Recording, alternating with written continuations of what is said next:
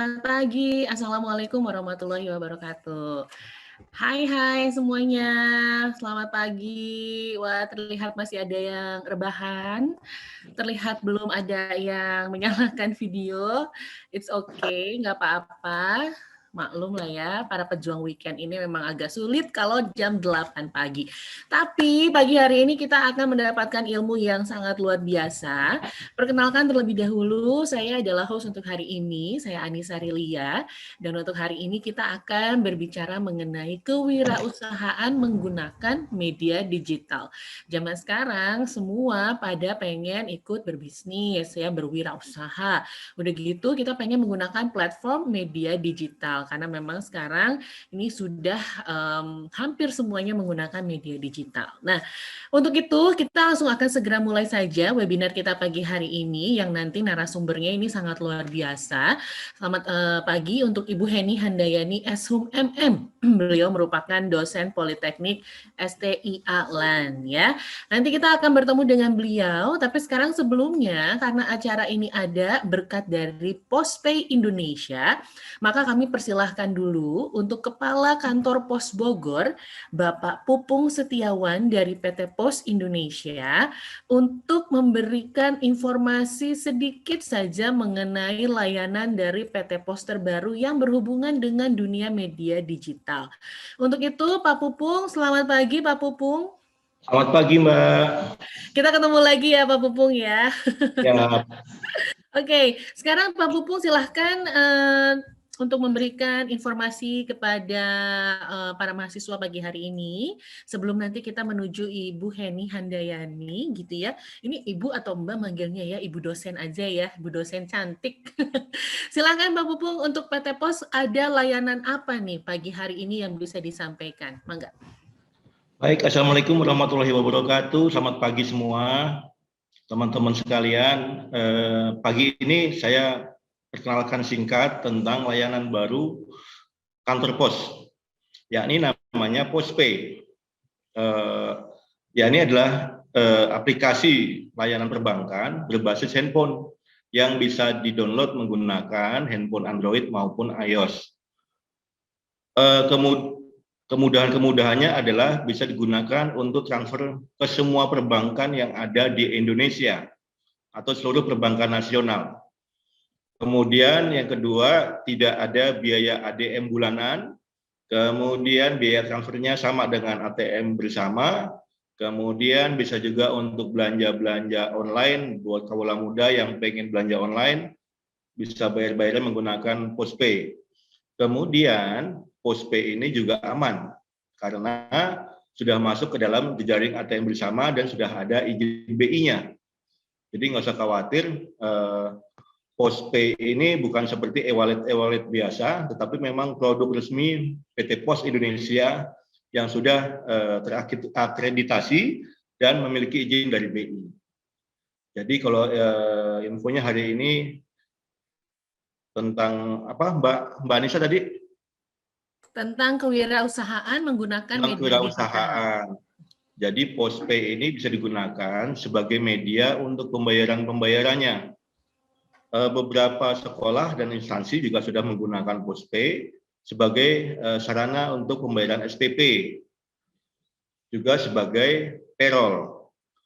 Untuk Pos Indonesia sendiri, kemudian Properti Indonesia dan Pos Logistik Indonesia sekarang juga menggunakan layanan Postpay sebagai sarana pembayaran gaji dan pembayaran aneka tagihan-tagihan, baik itu seperti tagihan listrik, kredit, atau perbankan. Kira-kira akhir kata, Postpay adalah aplikasi baru berbasis teknologi kekinian milik Pos Indonesia yang bisa membantu teman-teman semua dalam aktivitas keuangan. Kira-kira demikian Mbak Anissa, perkenalan dari saya. Terima kasih. Assalamualaikum warahmatullahi wabarakatuh. Waalaikumsalam warahmatullahi wabarakatuh. Terima kasih Pak Pupung atas short brief-nya ya. Jadi mulai sekarang kita gunakan Postpay karena segala kemudahan sudah ada dari Postpay, persembahan dari PT Pos Indonesia. Baik, selanjutnya karena waktu kita memang sedikit nih ya Pak Pupung ya, saya harus langsung menuju ke narasumber. Saya akan mengenalkan dulu narasumber kita untuk pagi hari ini. Narasumber kita pagi hari ini adalah Ibu Heni Handayani Handayani Eshum MM. Beliau saat ini sedang menjadi dosen di Politeknik STIA LAN Bandung ya. Dan kegiatan saat ini beliau adalah seorang asesor rencana pemasaran perusahaan LSP alias Lembaga Sertifikasi Profesi Poltek STIA LAN Bandung dari BNSP alias Badan Nasional Sertifikasi Profesi. Beliau juga adalah tim kerjasama BICUT Business Incubator Center Poltek STIA LAN Bandung dan adalah dosen yang diperbantukan pada unit P2M alias Pusat Penjamin Mutu Poltek STIA LAN Bandung. Dan untuk pengalaman kerjanya luar biasa, mulai dari academic law firm, farmasi juga pernah, bagian pemasaran juga pernah, pendidikan, administrasi ini terlalu panjang ya kalau misalnya untuk 1 jam ya. Coba memang pada saat dulu pendidikan formalnya yang bisa saya share di sini, beliau adalah lulusan D3 English Department Universitas Diponegoro dan S1 English Department Universitas Diponegoro dan S2-nya memutuskan untuk manajemen Universitas Diponegoro ya. Dan pengalaman organisasi juga mendukung semuanya apa yang akan beliau sampaikan hari ini. Karena itu langsung saja kita persilahkan untuk membuka webinar kewirausahaan menggunakan media digital Ibu Heni Handayani Eshum MM. Selamat pagi Ibu Heni. Selamat pagi. Ini Teteh atau siapa Ibu Anissa ini? Teteh boleh lah Teteh ya. Anissa, ya. Sudah siap ya Bu dengan 100 peserta, 106 peserta pagi hari ini ya di webinar kewirausahaan menggunakan media digital. Jadi tanpa waktu menunggu lama-lama lagi silakan Ibu disampaikan materinya, tapi untuk nanti Q&A itu setelah menyampaikan materi ya Bu ya. Baik. Oke, silakan Bu Heni. Ya, Assalamualaikum warahmatullahi wabarakatuh. Selamat pagi semuanya, salam sejahtera bagi kita semua. Saya akan mulai acara webinar kali ini ya, terkait dengan topiknya kewirausahaan menggunakan media digital. Boleh dibantu? Sudah dibantu ya ini ya? Oke. Nah, terima kasih. Nah, biasanya banyak orang bertanya ya pada kita, bisnis apa yang bagus? Nah, ini salah satu entrepreneur terkenal ya, udah almarhum, Bapak Bob Sadino menjawab, bisnis yang bagus itu adalah bisnis yang dibuka, bukan ditanyakan terus. Oke, revolusi industri 4.0 itu adalah topik yang sedang naik daun dalam dunia industri saat ini. Tidak hanya berhenti di sektor bisnis, bahkan revolusi industri ini ramai dibicarakan di dalam institusi pendidikan. Teh Anissa, ya, belum. Videonya belum. Saya masih pembukaan dulu ya. Oke, siap. Oke. Istilah revolusi industri ini dikenalkan oleh dua bersaudara, Frederick Engels dan juga Louis Auguste Engels pada abad pertengahan ke-19. Nah, dalam pengertian yang lebih luas, revolusi itu adalah proses perubahan dalam tatanan kehidupan masyarakat yang melibatkan perubahan besar, baik itu sosial, budaya, ekonomi, politik, teknologi, untuk mencapai apa? Untuk mencapai tujuan bersama. Nah, dalam perjalanan revolusi industri, perubahan dan juga transformasi selalu melibatkan teknologi untuk penemuan baru dalam berbagai kehidupan. Nah, kita akan lihat video tentang The Fourth Industrial Revolution atau revolusi industri. Dipersilahkan untuk menyimaknya. Nah, ini revolusi industri ini akan membawa perubahan, tidak apa-apa, dilanjutkan saja. Perubahan dengan kecepatan, ada skala di sini tadi ya, dan kekuatan. Nah, ini akan mempengaruhi esensi pengalaman manusia. Nah, ini salah satunya revolusi industri generasi pertama ya. Biasanya terdiri dari mesin uap, pemintalan. Dan yang kedua ini membawa produksi massal melalui jalur perakitan dan juga elektrifikasi ya. Dan ini revolusi industri ketiga, ini membawa perubahan melalui perangkat komputer, PC, dan juga internet. Today, radikal inovasi di seluruh sistem itu dapat terjadi dalam beberapa tahun. Nah, interaksi antara bidang-bidang seperti mikroteknologi, penelitian otak, 3D, dan juga jaringan seluler dan komputasinya akan menciptakan realitas yang sebelumnya nggak pernah terpikirkan. Hampir semua orang akan menemukan produk dan layanan baru dengan murah dan cepat dengan revolusi industri 4.0 ini. Nah, model bisnis masing-masing dan setiap industri itu akan diubah.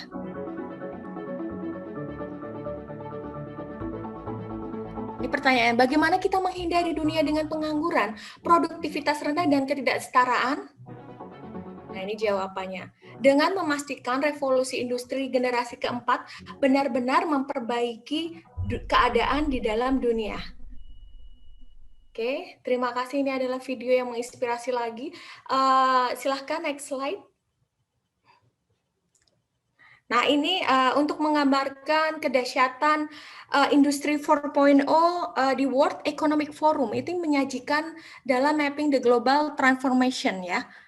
Dari peta ini tampak bahwa industri 4.0 ini berpengaruh besar terhadap bisnis. Bisnis itu akan terdisrupsi karena ada perubahan cara, misalnya dalam arus suplai barang dan jasa. Industri akan menggunakan teknologi yang sama sekali baru untuk melayani kebutuhan yang sudah ada ya. Selain itu, industri 4.0 itu akan mendisrupsi nilai-nilai industri yang sudah ada. Nah, akses yang mudah terhadap platform digital itu untuk kebutuhan riset, untuk pengembangan, pemasaran, penjualan, dan juga distribusi akan menjungkirbalikkan pelaku bisnis yang mapan. Karena apa? Mampu memberikan produk dan juga layanan yang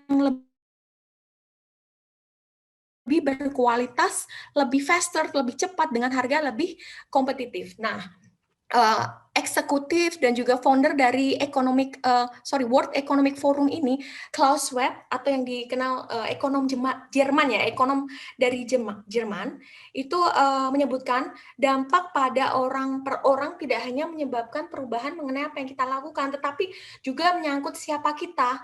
Hal itu karena industri 4.0 itu mempengaruhi perubahan identitas juga dan semua isu yang terkait di dalamnya ya, dan juga seperti kepemilikan, pola konsumsi, waktu seseorang itu bisa mencurahkan diri pada pekerjaan, hobinya, juga menyangkut bagaimana mengembangkan karir seperti itu. Boleh next, kita akan melaju ke ciri-ciri umum revolusi industri 4.0. Ini mungkin banyak dari di sini ya, akademisi mungkin di Sivitas Akademika, baik mahasiswa juga, dosen mungkin, masyarakat juga sudah mengerti bahwa ciri-ciri umum adanya OT ya, online teknologi di sini ya. Yang pertama, online teknologi itu mengakomodasi segala bentuk layanan dan transaksi secara online. Seperti kegiatan yang kita lakukan hari ini, saat ini, yaitu melalui webinar. Webinar ada web dan seminar. Ini juga melalui online. Dan juga saya tambahkan, pemerintah juga sudah berbenah diri seperti di Kementerian BKPM ya, Badan Koordinasi Penanaman Modal, itu melalui OSS, Online Single Submission, sebagai sistem yang mengintegrasikan seluruh pelayanan perizinan. Nah, sistem pembelajaran yang ada di perguruan tinggi, baik itu sekolahan juga ada yang semula berbasis tatap muka ya, offline secara langsung di kelas, itu sudah digantikan dengan sistem pembelajaran terintegrasi melalui jaringan internet ya, online learning, bisa melalui Zoom ataupun Microsoft Teams atau media yang lain. Yang kedua, siapa sih nggak tahu Internet of Things, internet untuk segalanya ya. Lewat internet ini, segala sistem cyber fisik ya, membuat komunikasi dan juga kerjasama dengan satu yang lain, baik antara manusia dengan manusia, manusia dengan mesin, dan juga dengan teknologi itu bekerja sama secara bersamaan dan harmonis. Contohnya apa? Internet of Things. Misalnya ketika sebelum di era revolusi 3.0, kita hanya bisa mentransfer melalui ATM atau teller bank. Nah, saat ini kita bisa melakukannya dimanapun, kapanpun, yang penting terhubung melalui internet ya. Cukup dengan aplikasi yang ada di gadget kita masing-masing ya. Yang ketiga ada disruption teknologi. Nah, berkembangnya teknologi informasi itu akan melahirkan inovasi baru yang menggantikan cara dan tatanan lama. Nah, disrupsi ini tidak hanya mengubah keadaan sekarang ya, tetapi mengubah keadaan untuk masa yang akan datang, yang akan memunculkan novelty atau kebaruan dan abundance, yaitu keberlimpahan yang di masa yang akan datang, karena akan menciptakan sesuatu yang mudah, cepat, murah, seperti itu yang ditampilkan video tadi ya. Lalu selanjutnya artificial intelligence. Nah, kita yang sering nonton film yang Hollywood ya, misalnya film yang Arnold Schwarzenegger ya, misalnya The Terminator ya. Ada Terminator, ada 3 itu. Jadi di dalam situ kecerdasan buatan itu kecerdasan yang ditambahkan oleh manusia ke dalam suatu sistem teknologi. Dia diatur, dia dikembangkan dalam konteks ilmiah dan merupakan bentukan dari kecerdasan entitas ilmiah yang ada. Dan juga biasanya agar komputer juga bertindak seperti dan sebaik manusia, maka diberikan bekal skill, pengetahuan, knowledge untuk menalar ya. Biasanya diaplikasikan biasanya di telepon seluler, otomotif dan juga persenjataan yang membantu manusia dalam segala kegiatannya dan juga pekerjaannya ya. Ada sekarang mobil tanpa awak ya, dan semua teknologi mobil sensor semuanya ini dibutuhkan di sini ya, artificial intelligence. Selanjutnya big data. Big data ini informasi yang tersimpan dalam komputasi cloud atau komputasi awan atau cloud computing ya di sini ya. Biasanya komputasi awan ini disimpan dalam bentuk ya, kita bisa tahu Google Drive dan sejenisnya ya, cloud ya. Ini data-data di seluruh dunia itu bisa diakses, diunduh dan juga di-upload juga oleh siapapun, kapanpun, dan dimanapun di seluruh dunia. Data itu unlimited, tidak terbatas, dan menjadikan data itu borderless ya, jadi dunia tanpa batas ya. Oke, selanjutnya setelah kita tahu ciri-ciri revolusi industri 4.0, selanjutnya kita akan mengetahui 10 essential skill, kemampuan yang penting dalam menghadapi industri 4.0. Kita akan tonton sebentar, saya sudah memberi rangkumannya di sebelah kirinya. Oke, silahkan diklik di sebelah kanan. Semacam ilustrasi ya, 10 kemampuan yang kita butuhkan dalam menghadapi revolusi industri 4.0 ya. Nah, itu ada cognitive flexibility, negotiation, service orientation, judgment, and decision making. Di situ juga ada emotion intelligence, coordinating with other people, management, creativity, critical thinking. Dan juga the last but not least, number 1, complex and problem solving ya. 10 kemampuan ini, yang pertama complex and problem solving, seperti artinya kemampuan dalam penyelesaian masalah kompleks ya. Kita bisa mengidentifikasi, menentukan indikator, ciri-ciri atau elemen utama dari suatu masalah. Critical thinking itu berpikir kritis, kreativitas ya. Kreativitas itu suatu kemampuan seseorang dalam berpikir untuk menghasilkan ide atau gagasan ya, untuk menciptakan sesuatu yang baru. Lalu people management, bukan hanya di HRD ya, di divisi HRD atau SDM, tapi diri kita sendiri harus punya kemampuan untuk mengatur, memimpin dan juga memanfaatkan sumber daya manusia secara tepat dan juga efektif. Dan juga number 5 itu coordinating with other, di sini ya, kemampuan bekerja sama dalam tim ya. Emotion intelligence ya, bukan IQ saja tapi emotion juga dibutuhkan ya, yaitu kecerdasan emosional. Number 7 itu judgment and decision making. Seperti artinya judgment itu kemampuan untuk membuat pertimbangan atas situasi yang dihadapi, dan juga decision making itu pengambilan keputusan dalam kondisi apapun. Ke-8 ini juga dibutuhkan service orientation, keinginan untuk membantu dan melayani orang lain. Jadi kalau kita sebelum jadi pemimpin, kita sebelumnya harus menjadi seorang pelayan, yaitu kita harus tahu kerja-kerja bawahan itu seperti apa sehingga kita bisa menjadi pemimpin yang bijaksana juga. Number 9 itu about negotiation ya, kemampuan untuk negosiasi, talking, berbicara, meyakinkan seseorang dalam aspek apapun itu. The last but not least itu cognitive flexibility, kemampuan yang sangat dibutuhkan saat ini ya. Kemampuan ini dalam menyusun secara spontan suatu pengetahuan dan banyak cara dan juga merespons segala hal untuk menyesuaikan diri secara cepat dengan tuntutan situasi yang terjadi. Jadi kita multitasking ya dalam menghadapi segalanya. Jadi cognitive flexibility juga salah satu komponen yang dibutuhkan dalam menghadapi industri 4.0. Next, kita akan membahas tentang peluang bisnis digital di era industri 4.0. Bagi siapapun ya, baik itu mahasiswa ataupun masyarakat yang ingin berbisnis, ini salah satu peluangnya melalui bisnis e-commerce ya. E-commerce itu bisnis, e-commerce itu toko online yang menjadi sarana bisnis retail untuk bisa berjualan barang secara online. Nah, untuk berjualan secara online, kita bisa menawarkan jasa pembuatan toko online kepada orang yang membutuhkan. Banyak penjual offline sekarang beralih menjual produknya ke online. Nah, penjualan secara online ini oleh bisnis retail itu disebut e-commerce. Jadi e-commerce itu semacam toko online. Selanjutnya yang kedua, ini kakaknya ini mendirikan marketplace ya. Marketplace berbeda dengan e-commerce. E-commerce penjualnya hanya satu, sedangkan marketplace menampung banyak penjual dalam satu. Nah, marketplace ini diibaratkan mall yang menampung banyak penjual dengan berbagai macam dagangannya. Contoh marketplace yang sudah ada dan besar di Indonesia itu apa? Lazada, Tokopedia, Bukalapak, Blibli, dan juga Shopee dan sebagainya ya. Meskipun bisnis ini dikuasai oleh pemain besar, tapi kita para pemula masih ada opportunity atau kesempatan untuk menggeluti bisnis ini jika kita mempunyai sarana kemampuan kreatif dan juga inovatif.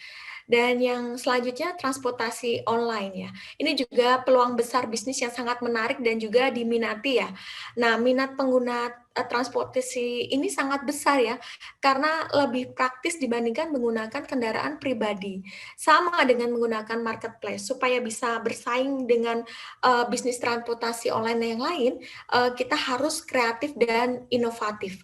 Nah, contoh startup yang berhubungan dengan transportasi online itu seperti apa? Ada Gojek, ada Grab, dan juga ada Uber ya. Lanjutnya kita ada akomodasi online. Nah, ini juga salah satu peluang bisnis yang menarik karena banyak objek wisata yang bisa kita kunjungi dan banyak masyarakat yang membutuhkan layanan akomodasi ini baik wisatawan domestik maupun mancanegara. Nah, salah satu startup yang memiliki nama di bidang akomodasi online ini salah satunya Traveloka ya, dan juga kalau di dunia Airbnb ya. Nah, bisnis sangat membantu masyarakat dalam membutuhkan akomodasi. Selanjutnya di sini ada digital agency. Digital agency juga sangat diperlukan kalau kita mulai go online ya. Nah, fungsinya ini sebagai pemberi solusi bagi kita yang mengalami kendala pada bisnisnya ya.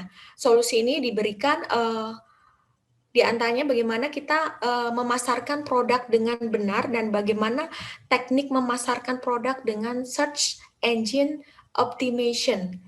Lalu selanjutnya ada digital media ya.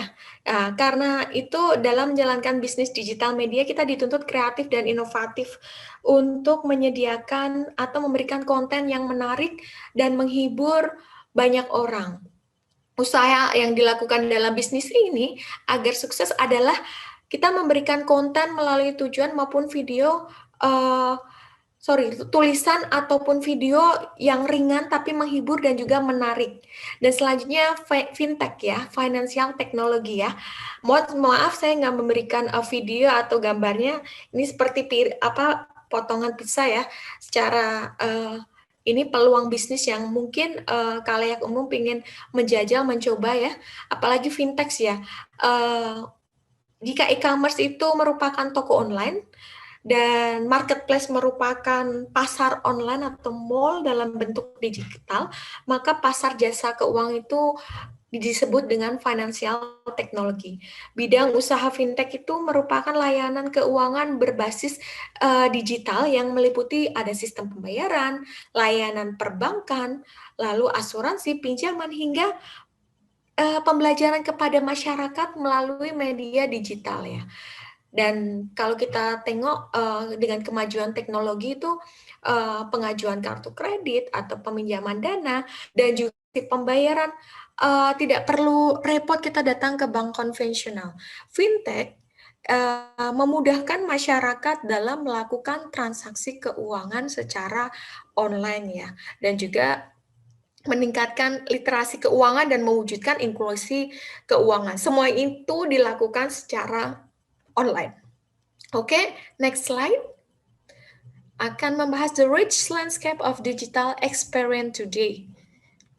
Nah, di sini ya, secara garis besar gambaran peran digital yang vital ini dikemukakan oleh Dion Hinchcliffe ya, seorang pengamat industri dalam sebuah tulisannya di ZDNet ya. Ia menggambarkan landscape digital experience yang belakangan terjadi. Nah, digital experience itu adalah literasi antara user atau pelanggan, partner atau pekerja atau karyawan dengan organisasi yang memungkinkan karena adanya teknologi digital ya. Berdasarkan hal itu, ia menyebutkan setiap organisasi, baik itu bisnis, sosial, pemerintahan maupun organisasi lainnya perlu mempertimbangkan perkembangan digital ini. Tujuannya agar apa? Organisasi itu bisa menangani sebuah kebutuhan akan digital dengan baik dan mempertimbangkan pengembangan penggunaannya untuk masa depan mereka. Ini ada 12 hal yang dianggapnya paling berpengaruh saat ini ya. Ada email, digital advertising, online community, dan etc. ya di sini ya sudah ditampilkan ya. Nah, karena itu sejauh mana kita harus menyikapi 12 ini tetap mengisi daftar prioritas kita ya.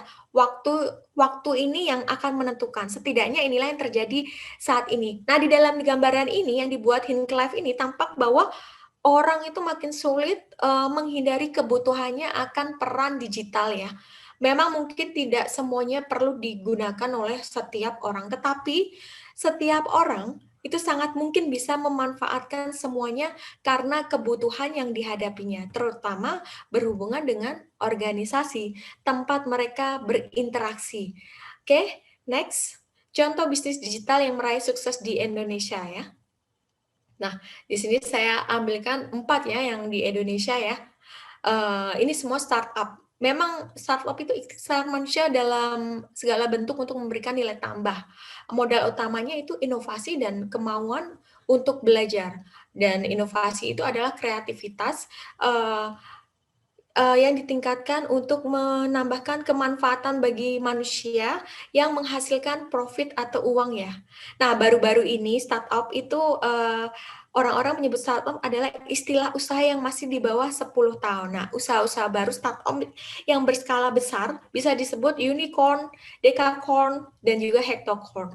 Nah, di Indonesia ini ada pada tahun 2019 ya, di dunia ada 3.000 startup. Di ASEAN ada 8 startup. Dan 4 startup Indonesia diantaranya itu ada Gojek, Traveloka, Tokopedia, dan juga Bukalapak ya.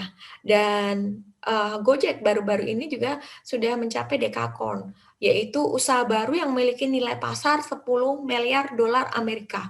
Dan 3 diantaranya unicorn ya, startup yang memiliki nilai pasar 1 miliar ya. Traveloka, Tokopedia, dan juga Bukalapak. Kalau di seluruh dunia ada usaha yang nilai perusahaannya lebih dari 1.000 miliar US dollar itu seperti apa? Microsoft, Google, dan juga Amazon. Sementara kalau Alibaba nilai pasarnya berapa? Masih hectocorn ya. Nah, di sampingnya sebelah kanan ini ada contoh bisnis digital PT Pos Indonesia yang sudah disebutkan oleh Bapak Pupung, yaitu aplikasi baru persembahan dari PT Pos Indonesia ya. PT Pos itu sebagai platform digital berbasis rekening Giro Pos yang diberikan kepada pemilik rekening Giro Pos demi meningkatkan layanan pembayarannya kepada masyarakat hingga pelosok. Oke, boleh next. Media dan jenis pemasaran digital. Nah, semua pasti sudah tahu ada website di sini, ada content marketing juga medianya, dan jika kita ingin memasarkannya, media jenis pemasaran digital sangat diperlukan ya, ada website, content marketing, social media marketing, pasti sudah tahu, PPC and SEM marketing ini adalah pay per click ya, iklan dengan sistem bayar per klik, juga di sini ada search engine marketing, dan juga selanjutnya email marketing. Ini jika pernah menerima email yang berisi promosi itu suatu layanan atau toko online. Misalnya itulah penggunaan email itu sebagai marketing. Ada marketing automation yang banyak digunakan oleh marketing dan sales untuk melakukan kampanye marketing dan juga aktivitas-aktivitas penjualan. Dan inbound marketing itu pendekatan yang fokus untuk menarik konsumen melalui konten dan interaksi yang relevan dan juga solutif ya. Lah, affiliate marketing itu seperti afiliasi atau penggabungannya. Jika sistem bisnis dengan membayar jasa seorang, ketika orang ini berhasil menjual produk secara online ya, melalui internet dan mengundang orang lain untuk menjual produk. Oke, boleh next, berbisnis di era industri 4.0. Ide bisnis ya. Oke. Ini menurut sumber yang pertama, National Federation of Independent Business Foundation. Ide itu muncul dari 63% itu adalah pengalaman kerja terdahulu. Terus di sini ada 22% itu ide bisnis itu keluar dari minat pribadi, dan 15% itu dari munculnya kesempatan. Dan di samping kanannya itu ada sumbernya Peggy Landing ya, tahun 2000. Ide bisnis itu bisa keluar dari mana? Dari 43% itu banyak mengemukakan respondennya pengalaman kerja, 46%-nya hobi, dan 11%-nya itu peluang pasar. Dan yang paling bawah ide untuk mendirikan bisnis menurut sumbernya Longenecker et al. Tahun 2001 itu dari pengalaman pribadi. Pasti ya munculnya ide berbisnis adalah dari pengalaman pribadi, baik itu saat bekerja maupun di rumah, ataupun pengalaman saat kunjungan ke perusahaan, atau ini banyak mahasiswa ini PKL ya. Misalnya PKL di bengkel, kemudian mahasiswa punya ide untuk membuka usaha bengkel sendiri. Nah, seperti contohnya ada lagi seorang yang pernah bekerja di KFC ya, lalu kemudian membuka usaha ayam goreng sendiri. Bisa ya, pengalaman pribadi. Lalu minat ya. Minat itu tumbuh itu keluar di luar dari statusnya, kemudian menjadi pebisnis. Misalnya seorang mahasiswa yang sering membuka aplikasi bisnis, kemudian dia berminat untuk berbisnis online. Dengan demikian, mahasiswa tersebut mendapatkan penghasilan dari kegiatan yang dia senangi ya. Lalu ada penemuan tidak sengaja. Ini artinya melibatkan kemampuan untuk menemukan sesuatu cara yang nggak sengaja. Misalnya, seseorang yang berkunjung ke suatu tempat ya, tiba-tiba menemukan masalah yang sulit mendapat penginapan. Lalu ia membuat aplikasi usaha sebuah penginapan dan tempat kos seperti itu secara online. Lalu selanjutnya ada relasi atau bisnis keluarga. Kalau kita tahu jika bisnis itu pengen berhasil, maka jagalah hubungan dan juga perbanyak relasi, lalu serta kolaborasi dengan relasi. Dengan banyaknya relasi dan juga kerjasama, maka akan ada banyak peluang yang akan melahirkan ide usaha, baik itu sistem kerjasama maupun mandiri. Ada juga yang menjadi pebisnis juga karena keluarga, misalnya karena keluarganya itu berbisnis tekstil ya, usaha keluarga ya, perusahaan keluarga, maka anaknya juga akan berbisnis tekstil sama seperti yang diikuti orang tuanya ya. Itu tergantung dari pengalaman suka atau tidak sukanya bisnis yang dilakukan orang tersebut. Jika kita merasa senang pada bisnis dan menyukai, maka kita akan mengikuti bisnis keluarganya itu. Lalu yang terakhir, pencarian ide dengan dipenuhi pertimbangan. Maksudnya apa? Ide awal bisnis itu akan muncul dari uji coba yang dilakukan oleh seseorang. Nah, usaha pencarian ide itu dapat berguna karena bisa merangsang kesiapan pikiran. Misalnya, wirausaha yang serius mengenai ide bisnis akan lebih cepat menerima ide baru dari berbagai sumber ya. Salah satu cara untuk membangkitkan ide awal itu apa? membaca tentang kreativitas dan juga inovasi dari berbagai sumber termasuk wirausaha lainnya. Nah, seseorang yang suka berimajinasi itu akan menghasilkan ide untuk memulai bisnisnya. Oke, boleh next, proses memulai bisnis. Nah, untuk proses memulai bisnis ini harus ada ide dan juga kemauan. Tapi kalau cuma ide tidak ada kemauan, maka tidak akan berhasil menjadi pebisnis. Begitu pula sebaliknya. Banyak orang itu yang mencari ide baru dengan melakukan beberapa usaha. Nah, ide bisnis ini muncul dengan cara seperti tadi ya saya sampaikan, bisa magang di perusahaan, bisa mencari informasi di aplikasi internet dan sebagainya. Adanya modal pasti ya, modal itu dibutuhkan dalam berbisnis ya. Bisa modal itu seperti money, uang, fasilitas, bisa juga modal non material seperti ada skill, kemampuan, knowledge, pengetahuan, kejujuran dan juga kepercayaan. Itu salah satu modal. Nah, modal material bisa diperoleh mungkin dari kekayaan sendiri, bisa juga dari badan keuangan, bank, pegadaian, dan juga koperasi atau yang lain, atau orang yang bersedia menjadi investor ya untuk menginvestasikan dananya. Oke, dan juga selanjutnya barang dan jasa. Ini proses mulai bisnis yang dibutuhkan selanjutnya barang dan jasa. Untuk memulai bisnis, kita harus menentukan produk dan jasa yang akan dijadikan menjadi objek bisnis yang dibutuhkan oleh konsumen. Jangan lupa itu ya. Dan juga kita butuh pasar. Pasar itu komunikasi bertemunya orang kedua belah pihak ya, komunikasi antara dua belah pihak di suatu tempatnya. Nah, sebelum menciptakan produk dan jasa yang akan dijadikan menjadi objek bisnis, maka bisnis harus diawali dengan mengamati peluang pasar, yaitu kita mengamati produk dan jasa apa yang banyak diminati oleh konsumen. Hal ini bisa dilakukan dengan riset pasar. Riset pasar bisa dilakukan secara online juga ya. Selanjutnya yang terakhir profit ya, keuntungan ya. Jika peluang pasar sudah tersedia, maka tinggal memproduksi suatu produk dan jasa serta memasarkannya. Jika pasar menerima, pasti mendapatkan keuntungan. Nih, lalu sebelah kanan cara merintis bisnis ada 3 ya, menjadi penjual, reseller, menjadi agen, dan juga menjadi bos. Di menjadi reseller sendiri bisa menjadi penjual barang ya. Milik orang lain. Modalnya hanya kepercayaan dan kejujuran. Coba renungkan apakah Alfamart dan juga Indomaret menjual barang orang lain atau memproduksi sendiri? Enggak kan? Karena mereka juga menjadi reseller. Lalu selanjutnya setelah reseller kita naik tingkat menjadi agen ya. Setelah menjadi penjual sukses dan mengetahui pasarnya, kita menjadi agen atau distributor yang mendistribusikan atau mensuplai produk pada reseller dan menjualnya kepada orang lain. Selanjutnya kita naik level menjadi bos ya. Bos itu pengusaha yang bertugas mengelola dan terus berinovasi dan berfungsi untuk memasarkan dalam mengembangkan usahanya. Boleh next langkah metode bisnis? Ini ada beberapa, ada 5 langkah dan metode bisnis ya. Lakukan riset produk dan juga bisnis ya.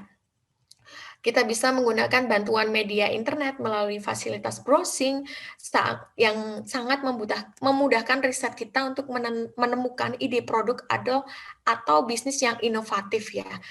Seperti itu, dan juga belajar dari suksesnya orang lain. Nah, bisnis yang sudah sukses dan mapan pasti memiliki sejumlah keunggulan. Nah, dengan mengetahui keunggulannya, kita bisa mulai membangun bisnis baru yang serupa, tapi disertai dengan nilai tambah. Biasanya menggunakan konsep ATM, amati, tiru, modifikasi. Jika kalau kita mau berusaha, kemanapun kita pergi, setiap apa yang kita jumpai, itu bisa menjadi ide bisnis untuk menduplikasi secara kreatif. Lalu selanjutnya ada inspirasi dari masalah personal. Seperti contohnya ya, Bapak Menteri kita, Bapak Nadiem Makarim, pendiri Gojek dulu pernah mengatakan bahwa ide Gojek itu terinspirasi karena ia sering mendapat ojek langganannya itu nongkrong begitu lama hanya untuk menunggu calon penumpang. Terinspirasi hal itu muncullah dia ide kreatif untuk membuat aplikasi yang membantu tukang ojek menemukan penumpang ataupun sebaliknya. Lalu selanjutnya belajar dari masalah orang lain. Khusus tahap ini kekuatan data yang berisi masukan dari pelanggan itu menjadi salah satu syaratnya ya. Jika ada masukan pelanggan ya, baik melalui testimoni langsung, email, chatting, ataupun komplain, bisa dianalisis dengan tepat, maka tidak akan mustahil muncul ide bisnis baru yang lebih laku di pasaran. Lalu selanjutnya yang terakhir kita mengamati tren ya. Tren itu adalah sesuatu yang sedang hangat dibicarakan oleh banyak orang dan kejadiannya berdasarkan fakta. Contoh tren itu apa? Tren bisnis menggunakan aplikasi. Nah, dengan adanya tren bisnis ini menjadikan kita bisa mencari ide bisnis secara kreatif dan juga inovatif terkait dengan perkembangan bisnis yang berbasis aplikasi. Nah, jadi apa ide bisnis kita untuk memulai bisnis berbasis aplikasi? Apakah itu bernilai bisnis? Jangan coba berbisnis tanpa mengamati tren ya, dan hanya mempertahankan histori yang pernah diraih. Pelajarilah mengapa bisnis orang lain berhasil dan juga amatilah tren. Oke, boleh next? Cara memulai bisnis ya, dengan cara kita merintis usaha baru, membeli perusahaan lain, waralaba atau franchising, dan juga bisnis keluarga ya. Merintis usaha baru harus banyak mempertimbangkan hal itu, bidang dan jenis usaha apa yang akan kita fokuskan ya, misalnya bisa jasa layanan, produk, produksi, perdagangan dan lainnya, bentuk usahanya seperti apa, tempat usaha yang dipilih, organisasi usaha, jaminan usaha, dan juga lingkungan usaha. Lalu membeli perusahaan lain. Hal yang ini harus dipertimbangkan alasan pemilik menjual usahanya ya, bagaimana kondisi fisik perusahaan, potensi produk jasa yang dihasilkan, aspek legal yang diperhatikan, dan kondisi keuangan di masa sebelumnya, kini, dan prospek masa depan jika kita membeli perusahaan yang lain ya. Waralaba franchising, salah satu contoh perusahaan waralaba yang terkenal apa? KFC ya. Kalau kita membeli waralaba atau franchising, banyak keuntungannya. Salah satunya adanya dukungan dan pelatihan manajemen, daya tarik merek dan mutu produk serta jasa yang baik. Lalu ada program iklan berskala internasional, berskala nasional dulu ya, lalu mendapat bantuan keuangan, lalu ada peluang berhasil lebih besar di sini. Dan bisnis keluarga, cepat atau lambat, pendiri perusahaan itu akan melibatkan anggota keluarga itu ke dalam bisnis dengan beberapa alasan ya, terkait langsung atau nggak langsung, bisnis dan keluarga itu merupakan aset berharga bagi seseorang. Oke, next, faktor penyebab kegagalan bisnis, kita mau sampai ke slide terakhir. Ada beberapa faktor di sini yang membuat bisnis berhasil atau gagal. Bisnis berkembang dan berhasil itu secara umum kuncinya adanya inovasi dan juga pemasaran.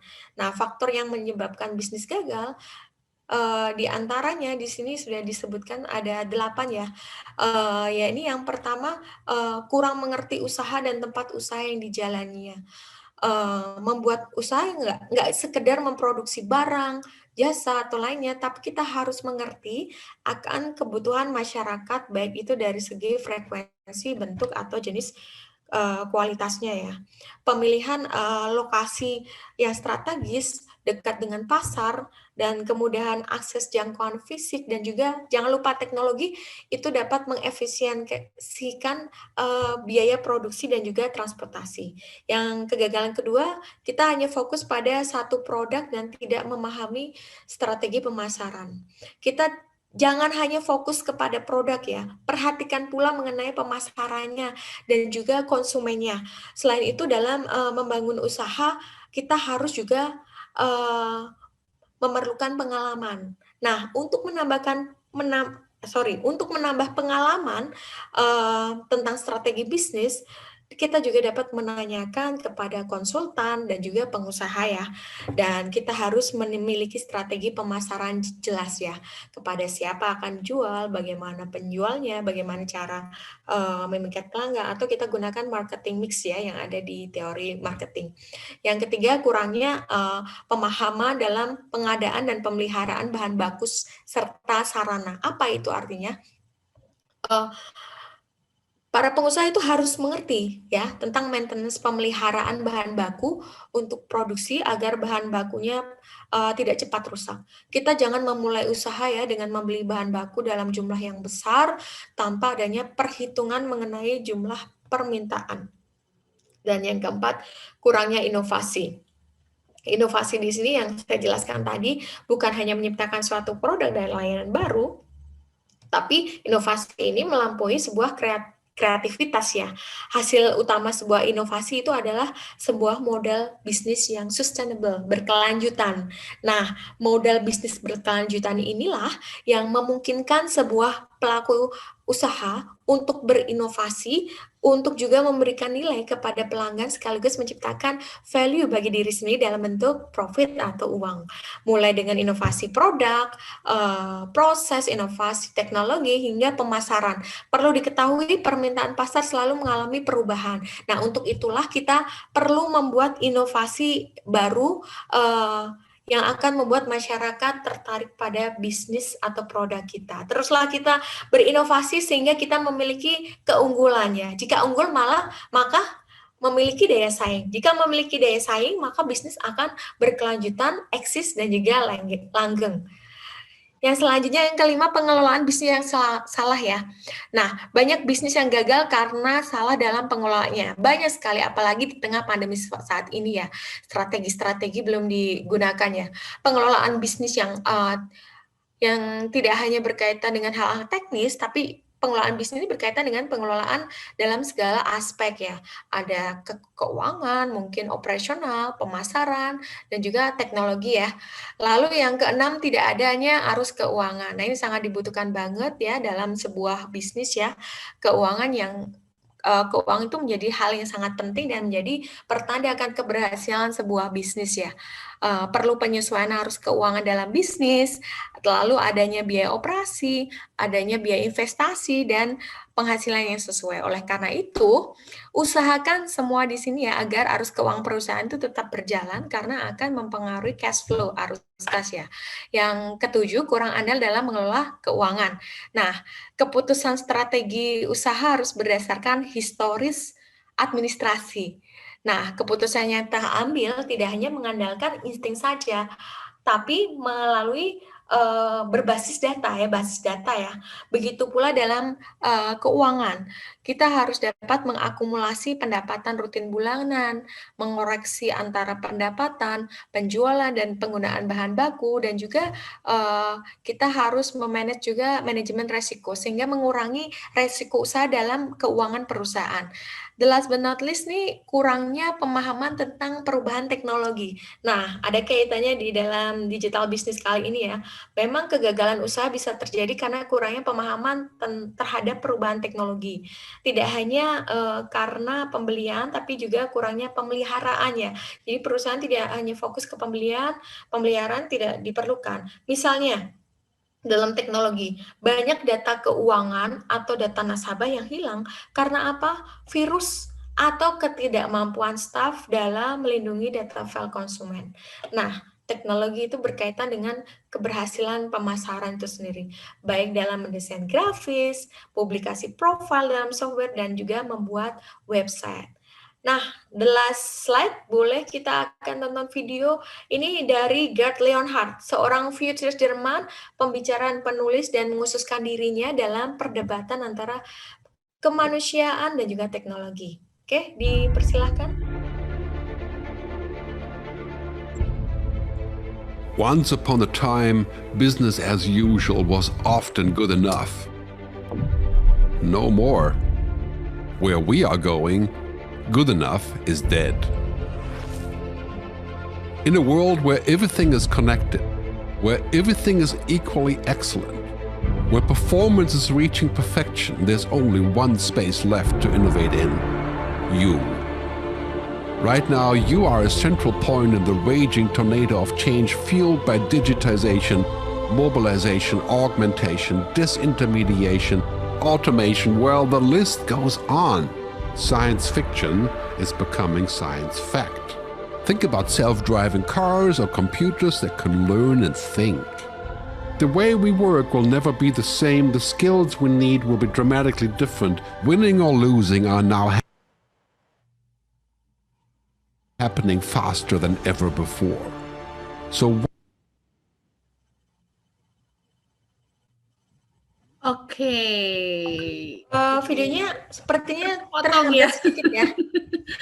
Aduh, Bu Heni, terima kasih. Sepertinya memang ada sedikit trouble dengan videonya, tapi mungkin maksudnya kita udah dapet ya, dan udah hampir 1 jam banget nih Bu Heni udah ngasih tahu tentang bagaimana kewirausahaan menggunakan media digital. Nah, Bu Heni, karena ini waktunya memang tinggal sedikit lagi, sekitaran 10 menit, jadinya mungkin pertanyaannya saya akan pilih aja ya Bu Heni ya, yang mewakili semuanya. Tidak apa-apa Bu, apa sudah selesai semuanya ini kan? Ya, sudah, tidak masalah. Kebetulan tadi slide terakhir ya, sayang banget videonya ini agak sedikit trouble. Oke, ini ada pertanyaan yang memang sudah datang dari awal-awal Bu Heni tadi udah ngobrol. Pertanyaannya datang dari Abdul Rahman. Katanya gimana cara efektif dan inovatif untuk mensosialisasikan digital payment, khususnya postpay kepada UMKM, terutama di daerah pelosok negeri. Nah, ini juga sebenarnya mungkin sama dengan ke bawah-ke bawahnya yang tadi saya baca adalah tentang ke pelosoknya itu gitu. Karena dunia digital identik dengan perkotaan. Bagaimana dengan pelosok? Mungkin bisa dijawab Bu Heni dalam waktu sekitar 2 menit, mangga. Oke, terima kasih. Terkait dengan digital payment sendiri yang saya jelaskan tadi, memang masyarakat atau UMKM harus bekerja sama ya, antara marketplace atau dengan beberapa saya pernah ada penelitian juga di Jawa Barat ya, di Garut ya, terkait dengan terkait dengan digitalisasi ya, atau e-commerce sendiri. Jadi pemerintah daerah juga harus bekerja sama dengan UMKM tersebut dalam menghadapi atau melayani permasalahan teknologi atau promosi pemasaran yang ada di beberapa daerah ya, UMKM. Dan juga seperti JNE, digital payment, JNE, bahkan postpay juga bisa bekerja sama ya dengan UMKM yang berada di daerah atau pelosok daerah tersebut ya. Tadi Pak Pupung juga menjelaskan bahwa postpay itu produk evolusi ya, layanan dari Giropos yang sudah dimiliki di Pos Indonesia ya. Dan yang dipertanyakan Pak Abdul Rahman, boleh postpay juga bekerja sama dengan UMKM yang ada di beberapa wilayah ya, khususnya misal saya menjelaskan di Jawa Barat ya. Di Jawa Barat ada beberapa daerah mungkin UMKM juga, ada juga saya pernah parigel ya, itu e-commerce ya. Kita juga kerjasama tentang pemasaran produk. Untuk digital payment sendiri, mungkin pihak PT Pos juga bisa bekerja sama sebagai platform atau digital yang berbasis rekening membantu UMKM daerah ya. Seperti contohnya seperti itu, yang memungkinkan penggunanya untuk mengakses transaksi keuangan maupun layanan yang lainnya. Fasilitas di PT Pos sendiri melalui postpay ini sendiri ya, merupakan layanan transaksi keuangan yang lengkap secara mobile ya, yang dapat diakses di mana saja. Ini masih bekerja sama melalui PDAM, cicilan motor, atau pembelian pulsa, dan lain sebagainya. Nah, bisa bekerja sama dengan PT Pos atau marketplace yang lain ya. Bisa Bukalapak, jadi bekerja sama. Strateginya kita harus collaborate ya, communication, terus tetap kita para pemangku kepentingan juga harus bekerja sama dengan UMKM di beberapa daerah. Itu saja jawaban dari saya. Terima kasih Bu Heni, dan ini mungkin saya akan sedikit membacakan jawaban dari Pak Pupung yang ada di kolom chat ya. Dan memang kalau untuk di pelosok negeri di mana akses perbankan sedikit atau sulit, ada outlet-outlet kantor pos. Jadi selama jaringan internet sudah bisa, mendaftarnya itu mudah, cukup bawa KTP elektronik dan pembukaan rekening minimal 10.000. Untuk postpay 10.000 ya Pak Pupung ya. Kemudian di sana bisa melakukan setoran melalui cabang-cabang kantor pos yang kini buka di hari Sabtu dan Minggu di saat perbankan tutup gitu istilahnya. Nah, jadi lalu akan disosialisasikan seperti kata Bu Henin tadi benar melalui UMKM setempat, baik melalui pertemuan tingkat RT dan RW. Nah, ini sebenarnya pengen banget untuk bisa menjawab semua pertanyaan yang ada di sini ya gitu. Dan mungkin untuk pertanyaan terakhir izin bertanya kepada Pak Pupung nih terakhir ya, apakah ada transaksi maksimum dan rekening apa saja yang ada di Postpay atau Postpay hanya berbentuk e-wallet Pak atau nantinya akan ada ATM seperti bank pada umumnya? Silakan Pak Pupung, 1 menit waktunya untuk menjawab. Siap. Jadi Postpay rencananya belum ada untuk ATM-nya. Memang kami mengusulkan untuk ada ATM. Tetapi Postpay bisa transaksi di ATM tarik tunai dan setoran non tunai di ATM. Jadi tinggal menunjukkan kode apa namanya? Nanti ada kode yang muncul ketika kita akan melakukan tarik tunai di ATM. Demikian, Mbak. Oke, terima kasih Pak Pupung. Baik, untuk saat ini mungkin kita sudah selesai. Terima kasih Bu Heni Handayani Eshum MM yang merupakan dosen Politeknik STI Alan ini. Sebelum kita akhirnya menutup dengan foto bersama, jadi highlight-nya adalah kita harus punya 10 essential skill, yaitu complex problem solving, critical thinking, creativity, people management, coordinating with other, emotional intelligence, judgment and decision maker, service orientation, negotiation, dan juga cognitive flexibility. Benar ya Bu Heni ya. Dan untuk peluang bisnisnya, kita sebenarnya sudah punya banyak banget, ada e-commerce, marketplace, transportasi online, akomodasi online, digital agency, digital media, dan juga fintech, di mana salah satunya PT Pos Indonesia sudah melakukan itu semua, dan juga sudah selain melakukan itu semua, juga sudah mengaplikasikannya melalui aplikasi Postpay. Benar ya. Baik, kalau misalnya ada pertanyaan, boleh ditanyakan melalui grup Telegram, oke? Karena kita juga punya grup Telegram yang bisa menampung semua pertanyaan untuk pertanyaan pagi hari ini. Oh, kata Pak Pupung maksimal sekali transfer 5 juta, tapi bisa berulang katanya gitu. Siap. Oke, jangan dulu keluar dari grup Jabar 1 karena akan ada sertifikat untuk webinar pagi hari ini di kewirausahaan menggunakan media digital. Baik, karena waktunya sudah habis, kita foto bersama dulu, boleh dinyalakan dulu kameranya. Untuk pagi hari ini buat teman-teman yang ada di sini ada sekitar 6 halaman. Kita akan foto bersama dulu ya. Sebentar.